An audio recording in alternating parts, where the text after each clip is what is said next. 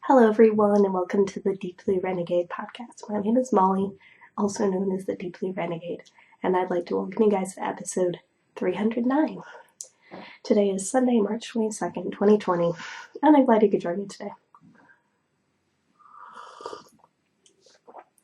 So, I've spent a decent portion of the week sick with a head cold, so voice is in a lower register. I just helped my husband move the box up the stairs, and now slightly winded. Oh well.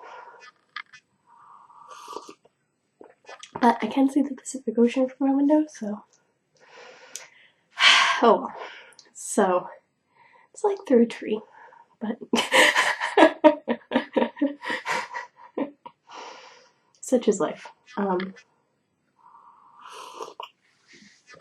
So the knitting room is not sorted yet. I am sitting on a pair of twin beds with whatever rando stuff is around me, and that's how it's going to be, this week. I have taken the liberty of taking all of the boxes of knitting stuff that I found and squirreling them away in the closet. I'm trying to figure out what critical task is preventing the avalanche of this room from occurring. Because, like in the master bedroom, there are definitely boxes in there that don't belong, and I don't know why they're there, and it's a little mysterious. And then there's just the matter of how many boxes we've unpacked. What would it be? And then the interesting challenge where I've finally made the box to donate, which is the stuff that it no longer makes sense to keep. So there will be a Goodwill run at some point, or I'm going to be holding on to a box of random crap to donate for quite some time, as you do. So since I have talked to you guys last, I believe, what would it be? It was one thing when, whatever, the 7 Bay Area counties ended up declaring shelter in place for the global pandemic. And then last week, the governor of California mandated the whole state shelter in place, so there hasn't been a lot of outside. I did go grocery shopping once in order to collect all of the various and sundry things we needed to minimize grocery shopping, but the Deers Local one has been out twice so far. What would it be? It will probably be good if we can resume grocery shopping, but because I am speaking in a lower register and was coughing a lot and was overtaken by the overwhelming desire to nap, decided that I wasn't fit for public consumption.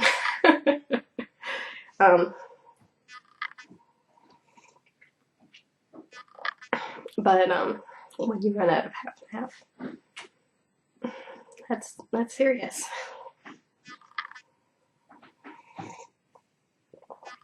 So I feel like I'm going to be flying through the coffee I ended up bringing back from Dallas much faster than expected. What would it be?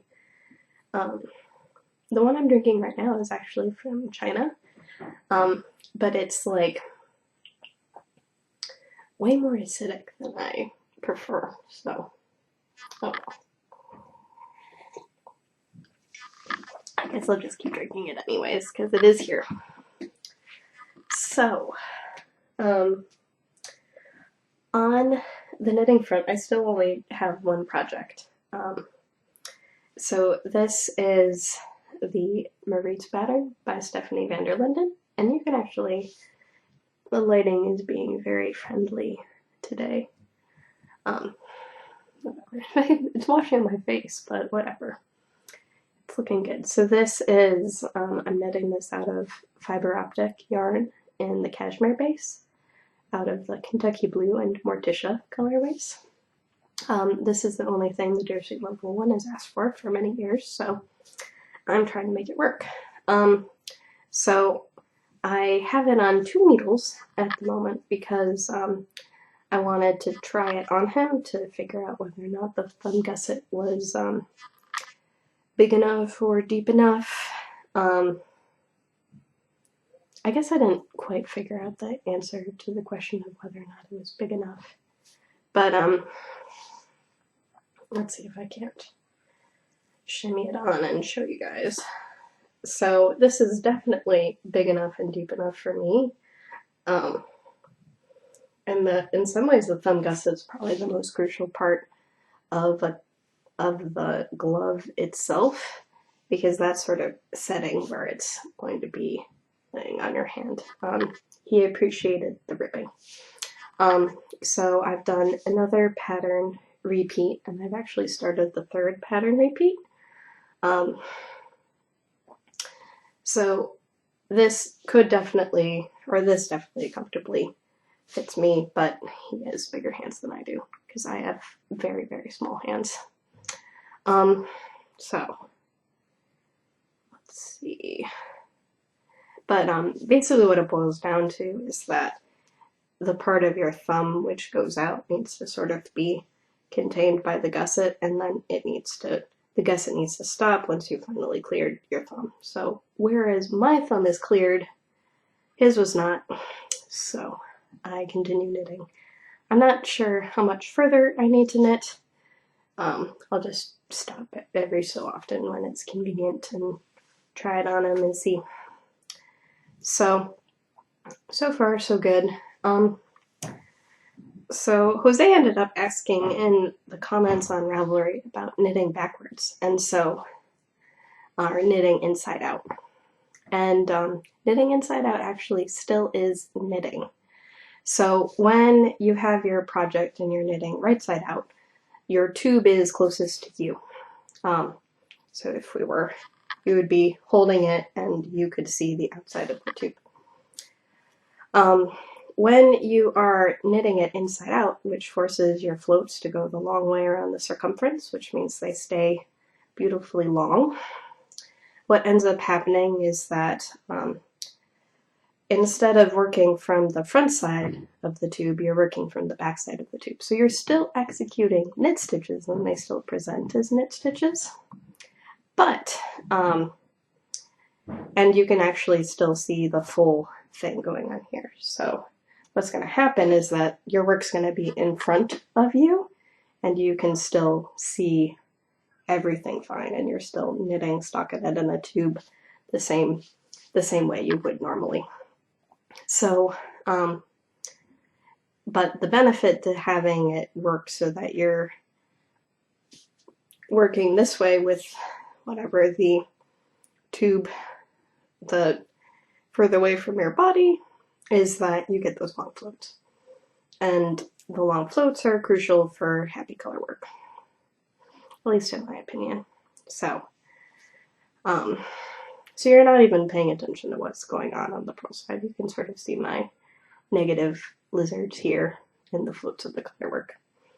But, so I hope that makes a little bit more sense. I can post some pictures of some photos I took a while ago. For a pair of colorwork socks I was working on, but what it boils down to is that you're still knitting knit stitches as knitting. You're not purling at all. It's just a matter of how the work is relative to you. So instead of it being on the close side, it's on the far side, if that makes any sense.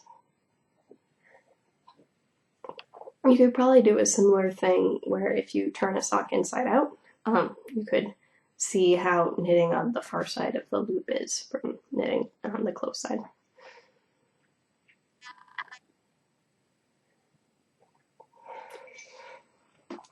So these are coming along. It will, I haven't done a lot of knitting. This is probably, I last touched this probably Friday. So not too crazy, but it looks like I'm just about to launch into, or I've already launched into some color work. Yeah, so I'm doing some more gusseting, as you do.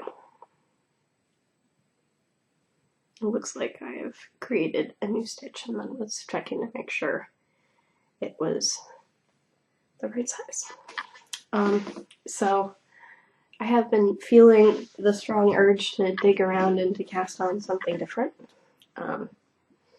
And while I have not, but once more, like, I'm waiting for some sort of important piece to come into place.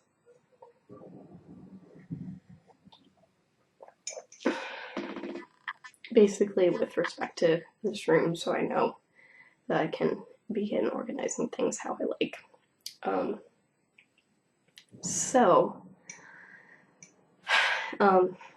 Basically what that means is I probably need to install the guest bed in here, because this is going to be a dual function room for a while. And until that happens, then the rest of it isn't going to happen, and then there probably is going to end up being a carrying the yarn shelf up the stairs, because that ended up getting stowed into a different, that ended up getting stowed in a downstairs room instead of an upstairs room. It is currently covered in canned goods. The good news is the Jersey Level 1 is consuming lots of his canned goods because they are out and obvious, so there's been a tremendous amount of applesauce.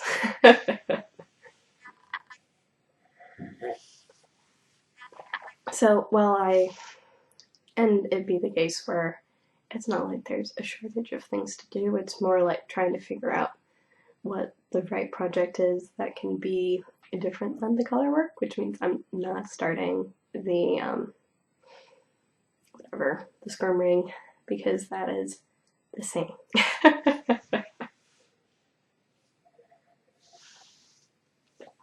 It is the same as the colorwork mittens, so I'm leaning towards ripping all of the boxes open for my stash and figuring out where my mozzarella yarn is that I can cast on a pop sizzle. I've had all of my shawls with me the whole time, but for some reason the idea of doing some brioche just sounds really good. I was irritated with myself that I did not pack that yarn with me to carry around during my stash and exile phase. So what I've been doing instead is spinning in the meantime. So I ended up reaching another milestone on this Ginny the Fleece project, and I had another. Sorry, I was looking to see if I'd pulled out the other ones, but maybe I'll just do a tremendous show off when everything is all complete. But I have done the blue purple skein, which is the 7th of the 9 total skeins for this Ginny the Fleece spin project. So it's also a case where I'm sort of hoping that I can quickly spin through the rest of these skeins so that I could cast on that as a sweater, and I could be working on a handspun gradient sweater with an awful lot of knit stitches, and that would also be the opposite of colorwork socks. But I'll bring it in.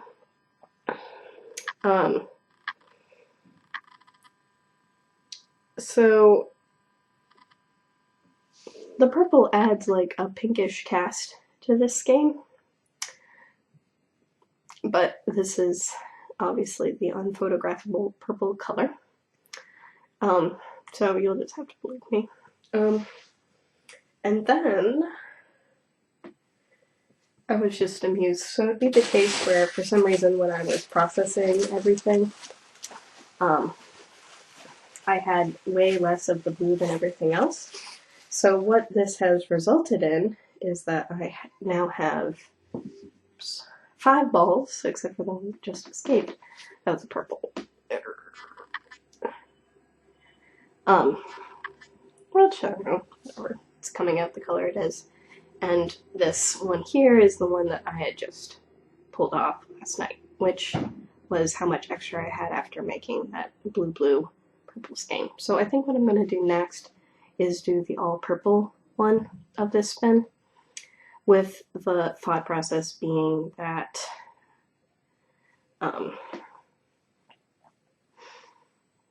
what is my thought process? The thought process being that this is going to be the one where I have to incorporate the most leftovers anyways, and then just applying up these little extra balls as I go. So we shall see. I think I'm going to end up just pulling from the bobbins this time, because when I did the teal one, I started with a really big leftover skein, and it was unwieldy. So, would it be? And I will end up taking this sort of as a lesson that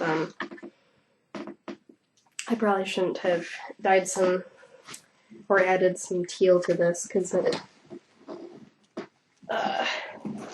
ended up making it a duller color than I think I would have preferred. So, oh well. But I was just amused at my 5 little balls of leftovers. Some of this is extras that I had from my spinning the purple blue, one of the plies, the wrong way for a while, and then I had to unspin it on my spindle, but whatever. That wasn't actually too bad. That's like a really good spindle task. So the other thing that's got a little bit of love is the Fun Onion Bat Spin. So this is coming off. It's not so good. So not too crazy. I have lots of crazy little balls on here. I think the next one I'm going to spin from is one of the big ones, because there's a couple big ones in here that are just a little bit crazy. But it still feels like there's quite a lot of fluff in here. So maybe this will be a good thing to do while doing Discord stuff. Use prop stuff, because this bed is not sturdy.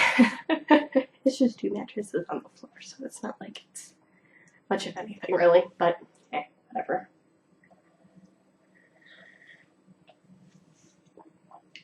So, it has been amusing. I've been periodically speed testing the internet, and it's running somewhere between 1 to 2 megabytes per second.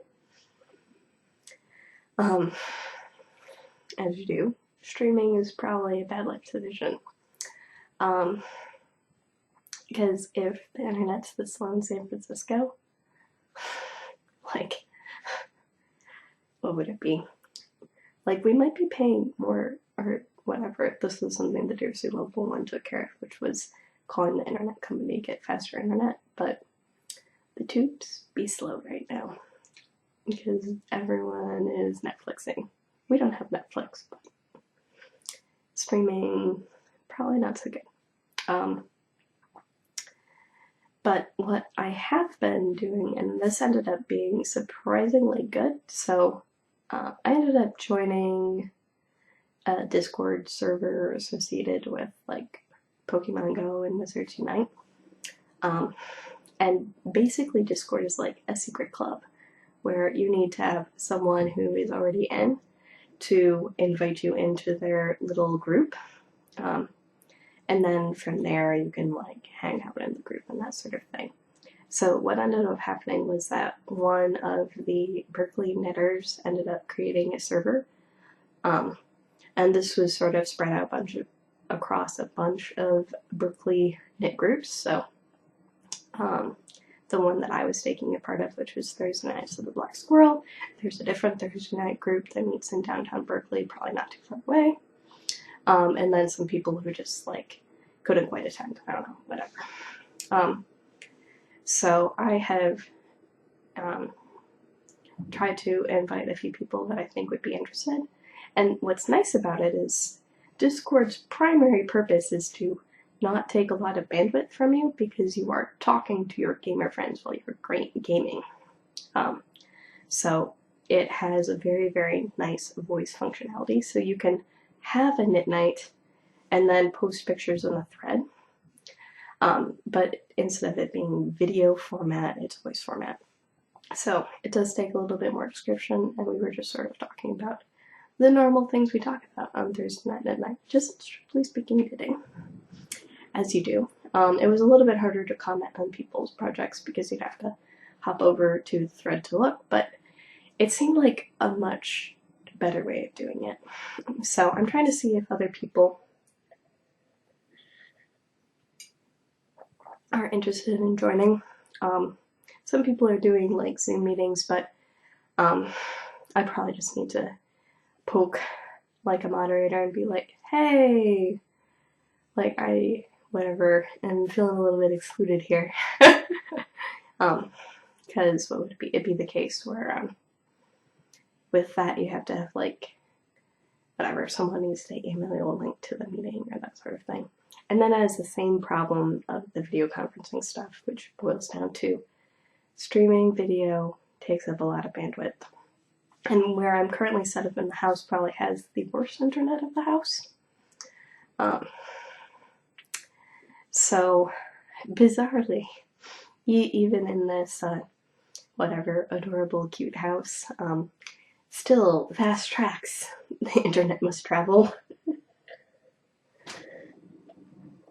Luckily, this room is directly under the wireless router, so we'll be fine. So, but that's just something to think about, is that there's some other ways of sharing, that sort of thing. Another thing that's actually been pretty popular is something called Marco Polo. I haven't tried it yet, because what would it be? No one that I know is doing it towards me, so that's fine. But what it boils down to, Marco Polo is an application where you record a 30-second video, and then you can play that video, or whatever the person you send it to can then play that video. So it is a good way to share your face and your words, but it doesn't have the streaming aspect, which is sort of the internet bugging problem as well. What would it be? There's I'm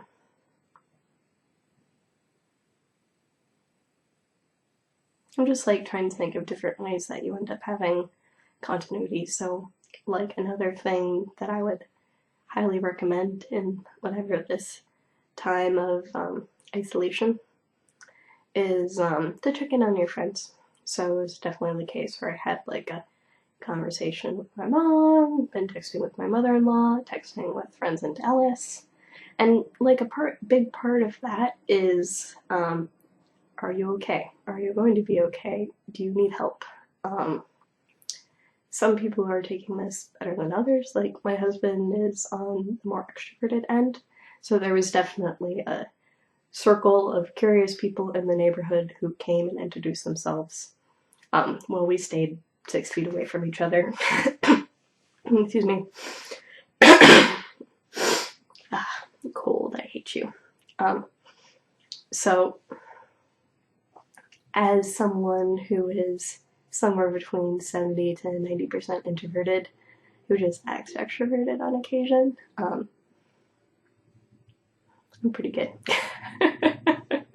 My husband, on the other hand, is like 50-50 between an introvert and extrovert, so he needs a little bit more noise, a little bit more talking to people than I do. So, just things to keep in mind. What would it be? The other thing that I've been doing, which probably isn't so great, is whatever. I've been passing the time while watching an entirely different thing.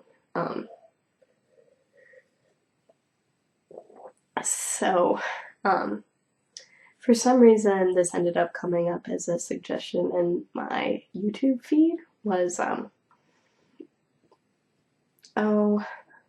there was like this crazy thing about this woman named Kathy and how she was going to make this reproduction peacock dress, which was from, what would it be, this party that England had, in India, I don't know.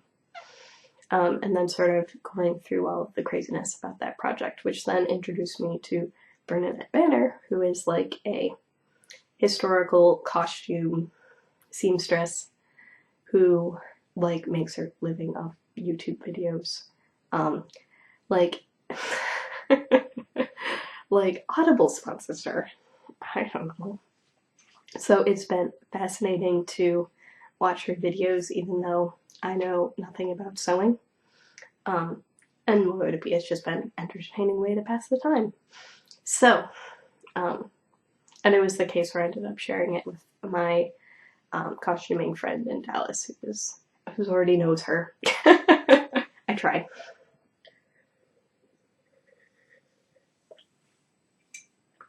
As you do. So I was sort of, whatever, taking this time to learn about something I didn't know. Would it be? And so I know nothing at all about sewing. There's definitely been, I think what it boils down to is sort of based on sort of how I've curated my Instagram feed. There's an awful lot of information wrapped around like disappointment with fast fashion, my own frustration with whatever, things that fall apart and aren't as good as I would think they would need to be. People who make their own clothing, and then something that the Black Squirrel in Berkeley Jace has ended up hosting is mending merch. And so there's been a decent amount wrapped around like, okay, let's mend things. And I definitely ended up unpacking a box of pants where all of the inner thighs have worn away.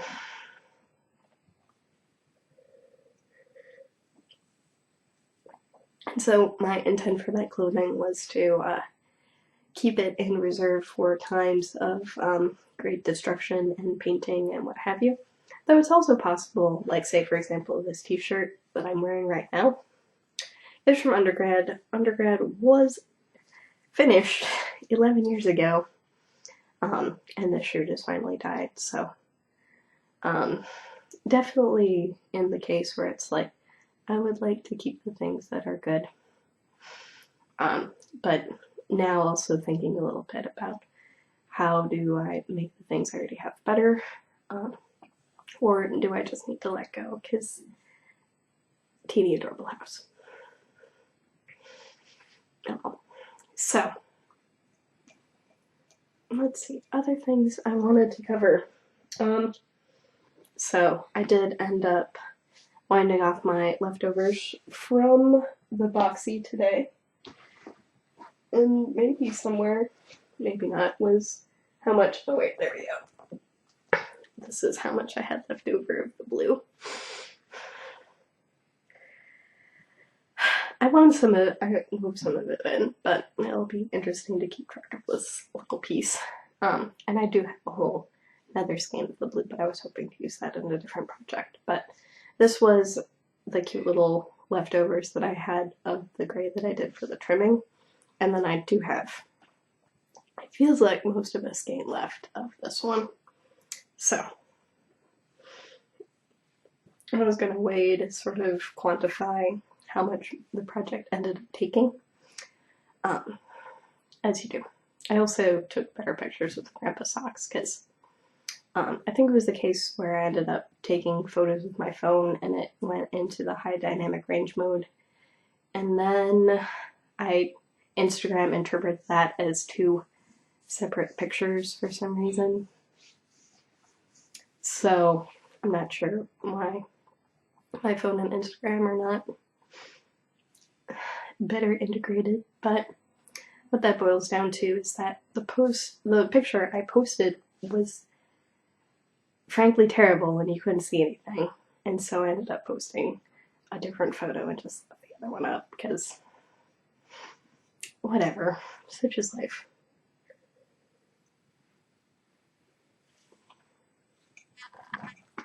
I will survive. So we'll see what way I ended up breaking on new project cast on, because there's so many. And what would be hopefully this little section on ways to stay connected was helpful as well. So, as you do, things are looking good for recording next week, barring any shenanigans. Hopefully I'm on the mend now. I definitely feel much better today than I did yesterday, which is sort of why I didn't record yesterday, because standing up was taking up a lot of effort. And gathering all of the pieces of podcast takes time. So, hopefully, what would it be? I can break whatever logjam is preventing me from proceeding and go from there. So, with that, I hope you guys have a lovely week, and I look forward to talking to you guys soon. So, take care, guys. Bye-bye.